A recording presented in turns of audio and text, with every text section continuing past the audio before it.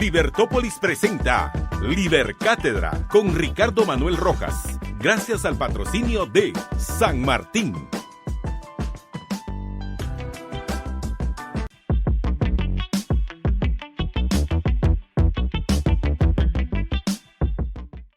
Capítulo 1, Introducción.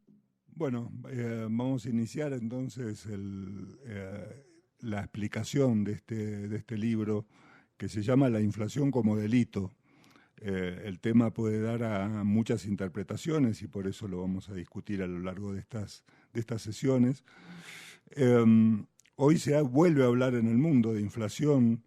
¿no? La inflación es un tema que preocupa, no solo en países que habitualmente tienen inflación como Venezuela o como Argentina en estos momentos, con una proyección de un 100% de inflación anual, sino en países centrales como Estados Unidos o Europa, donde se asustan porque prevén alrededor de un 10% de inflación, lo que para esos países es muchísimo. Y por eso es que el momento me parece que es importante para explicar algunas cuestiones que tienen que ver con este fenómeno de la inflación. La inflación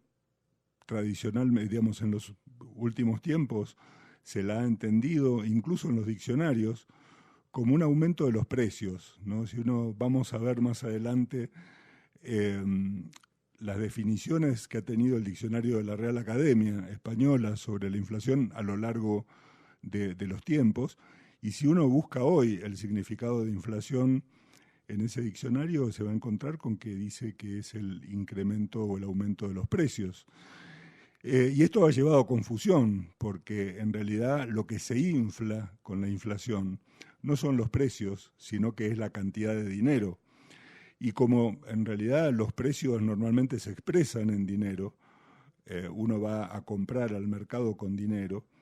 cuando se incrementa la cantidad de dinero, ese dinero pierde valor adquisitivo y la consecuencia es que los precios tienden a aumentar. Lo que uno ve es el aumento de los precios y cuando va al mercado tiene que pagar más dinero para comprar las mismas cosas y por eso es que se tiende a identificar la inflación con el aumento de los precios. Pero esto es un error y no solo es un error conceptual, no solo es un error teórico, sino que ha sido la excusa para que los políticos muchas veces justifiquen que son los verdaderos causantes de este fenómeno de la inflación. Hoy en el mundo, además, lo vamos a ir viendo también a lo largo de los distintos capítulos, la mayoría de los países utilizan dinero que es producido por el propio Estado, que es dinero de papel emitido por el propio Estado, y en muchas partes del mundo ese dinero es de curso forzoso, esto es, la gente está obligada a utilizar ese dinero porque legalmente tiene la capacidad de cancelar cualquier deuda. Por lo tanto, imagínense que si el dinero es creado por el Estado en la cantidad que finalmente el Estado decide y la gente está obligada a transar con ese dinero y encima en muchos países hay trabas para usar otras monedas o para el libre cambio de otras monedas, en definitiva la inflación se convierte en un peligro latente. Veremos por qué motivos los gobiernos hacen esto y cuáles son las consecuencias. Pero me parece que lo importante es tener en cuenta esto. Por eso a lo largo de estos capítulos vamos a ver un poco qué es el dinero. Empezaremos contando la historia de cómo surgió el dinero y cómo ha sido el dinero a lo largo del tiempo hasta llegar al día de hoy.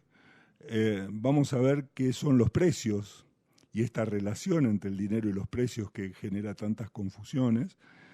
Y luego vamos a ver qué es técnicamente la inflación, cómo se produce, quién la produce, cómo se podría evitar la inflación, las consecuencias que la inflación trae,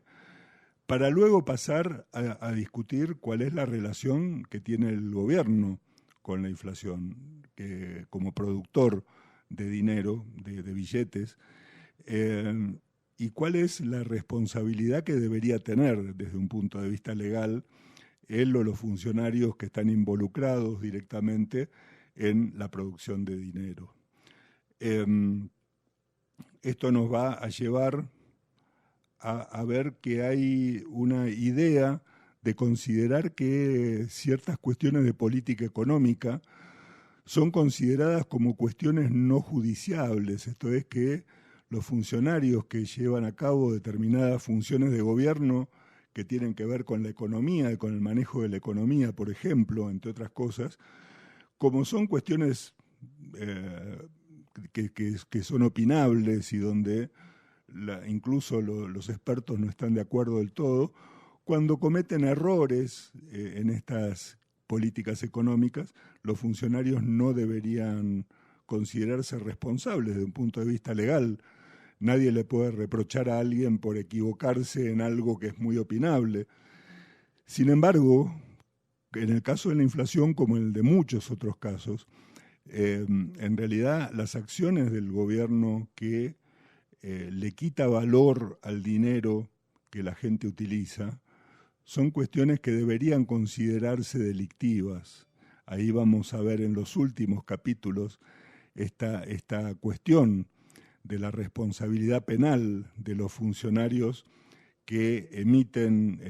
dinero más allá del que hace falta por cuestiones económicas de mercado para justamente poder utilizar al dinero como producto de intercambio en las transacciones entre las personas y que en definitiva debería probablemente sancionarse una serie de respuestas de tipo legislativo para ponerle controles, ¿no? Vamos a ver en algún momento que la solución ideal es devolverle a la moneda el carácter privado y de mercado que tuvo a lo largo de casi toda la historia, ¿no? Hay un extraordinario trabajo de un premio Nobel de Economía, Friedrich Hayek, que en los años 70 proponía en un trabajo que se llamaba La desnacionalización del dinero, permitir que haya tantas monedas como el mercado decida, incluso monedas privadas, y que sean las personas las que decidan qué moneda utilizar. Esto ayudaría mucho a que el propio mercado depure las malas monedas y las saque del mercado. Esto lo proponía Hayek cuando se discutía qué moneda utilizar en el mercado común europeo, ¿no? Cuando a mediados de los años 70 se fortalece la Unión Europea, había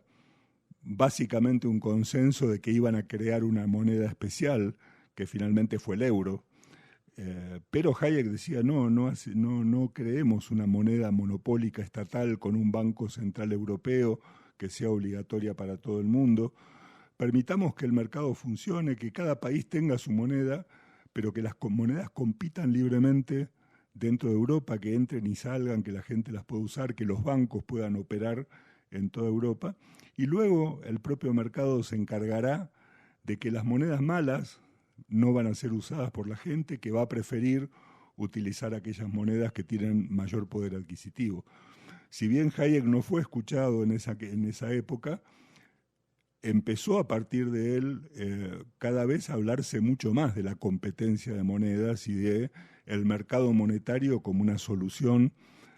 para tener monedas más fuertes y evitar los problemas de la inflación. Lo vamos a tratar más adelante este tema también. Pero vamos a terminar este curso, como termina el libro, con una recomendación de modificaciones legislativas, ¿no? Por un lado, introducir en el Código Penal una figura específica que reprima al funcionario del Banco Central, la autoridad monetaria, que emite por encima de los límites que establezca la ley. Esto nos llevará a proponer también una modificación en la ley orgánica del Banco Central o la ley que establezca las monedas, explicando cuál es ese límite. Lo vamos a discutir, por lo menos cuáles son las alternativas más razonables bajo mi punto de vista, y también un par de normas que garanticen, por un lado, la competencia de monedas, que se pueda transar con monedas distintas, que por lo tanto no haya un curso forzoso, que se puedan celebrar contratos en distintas monedas y ejecutarse en esas monedas, y por otro una cláusula como existe, por ejemplo, en Guatemala,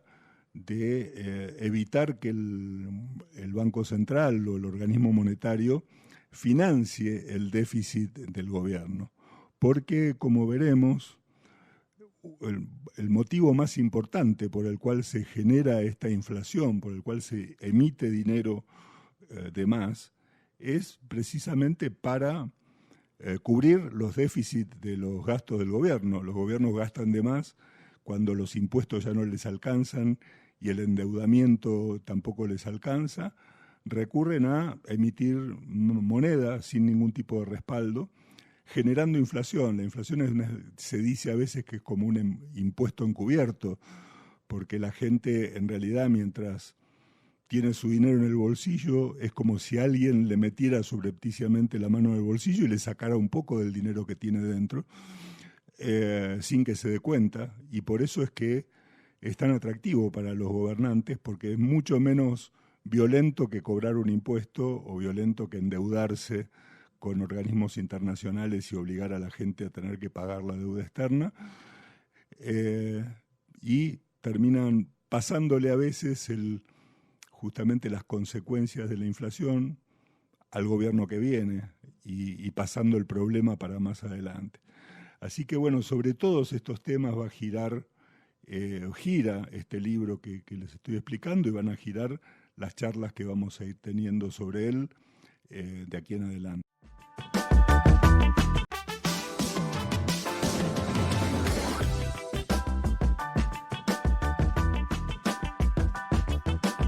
Libertópolis presentó Libercátedra